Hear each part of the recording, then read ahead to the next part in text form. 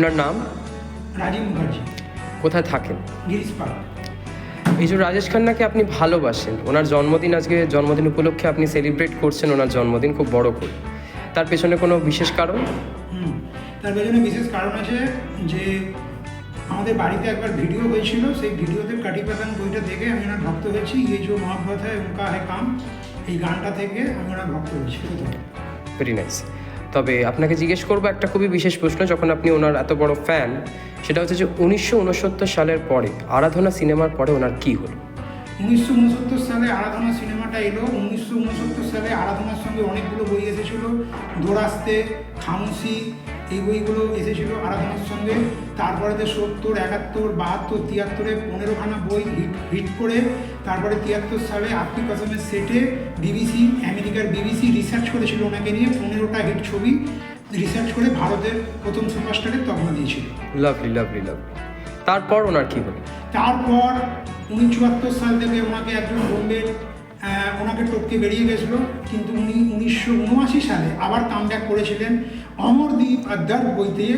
1969 থেকে 82-83 প্রথম দিক অবধি ছবিগুলো হলো অমরদ্বীপ, দর্দ, ধনবান, আগার তুমি না হতে, কুদরত, রেড রোজ, ফির ওহি রাত, তারপরে হচ্ছে আঁচাল, আর তারপরে হচ্ছে ধনবান, আরও অনেক বই।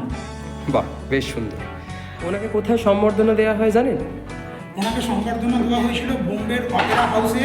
দোতলা থেকে লোক দাঁড়িয়ে, উনি গেটে ঢুকছে, সেখান থেকে দোতলার লোকেরা দাঁড়িয়ে ওনাকে স্বাগত জানিয়েছিল। উনি গেট থেকে ঢুকছে, দাঁড়িয়ে হাততালি দিয়ে ওনাকে স্বাগত জানিয়েছিল। আপনি যখন ওনার এত বড়ই ফ্যান, তার নিশ্চয়ই ওনার কোনো ছবির কালেকশন বা কোনো রকমের কালেক্টেবলসের কালেকশন আপনার কাছে নিশ্চয়ই রয়েছে, তাহলে কি আপনি সেটা আমাদেরকে দেখাতে চাইবেন? নিশ্চয়ই।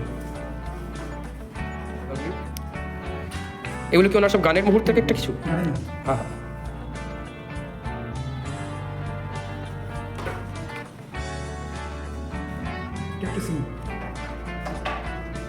আজকের দিনেও যে আপনি ওনাকে এতটা সুন্দরভাবে মনে রেখেছেন, আর এতগুলো সিনেমা বা এতগুলো গানের দৃশ্য যে আপনার মনে এখনও দাগ কেটে আছে, সেটা বিশাল বড় ব্যাপার। দেখেন, আর কিছু আছে?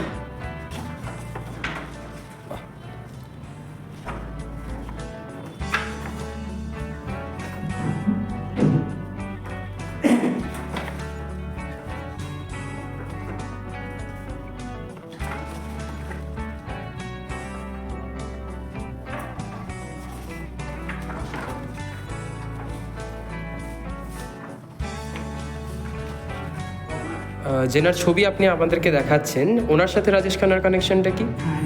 ইনি রাজেশ খান্নার খুব বড় ভক্ত ছিলেন। একটা ঘটনা আমি বলছি। আরাধনা বইটা বাংলায় যখন এসেছিল, সালকের পারিজাত সিনেমা হলে, সিনেমাটা দেখে রাত্রি প্রায় 12টায় সিনেমা ভেঙেছিল। তা উনি সালকে দেখে, সে অনেক আগের কথা, 80 সালেরও আগে। তা উনি সালকে থেকে হাওড়ায় অবধি বাসে করে এসেছিল। তারপর বাসে করে এসে তারপর হেঁটে হাওড়া থেকে বাড়ি এসেছিল।